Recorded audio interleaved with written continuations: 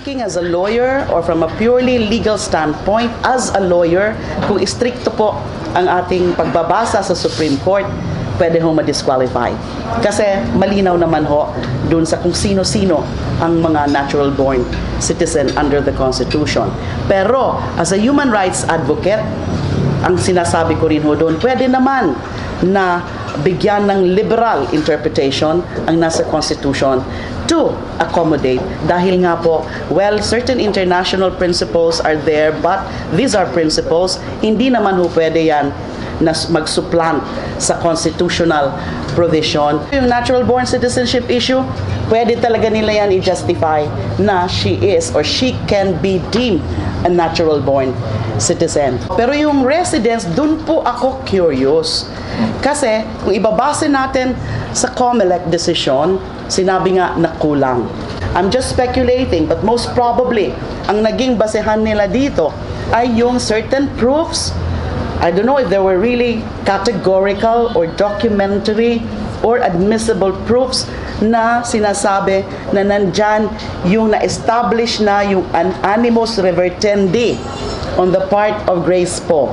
Yung mga certain acts on her part na nagpapatunay na meron talagang intensyon na i-reacquire yung original domicile na nawala nung naging US citizen. Yung pag-enroll ng mga anak, yung pag-acquire ng property, ng bahay, etc. Yun lang ang pwede. Yun lang ang pwedeng maging basehan. Ang tanong ngayon, pwede ba yon na mauna yung reacquisition of the domicile doon sa issue of citizenship? Yung pag-reacquire ng citizenship.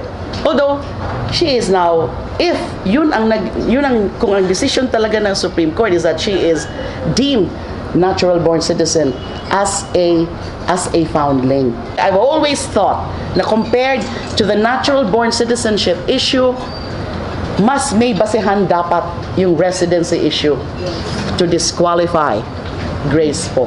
Yung take niya ng pag-oath sa consular official was after na her appointment as MTRCB chair. So parang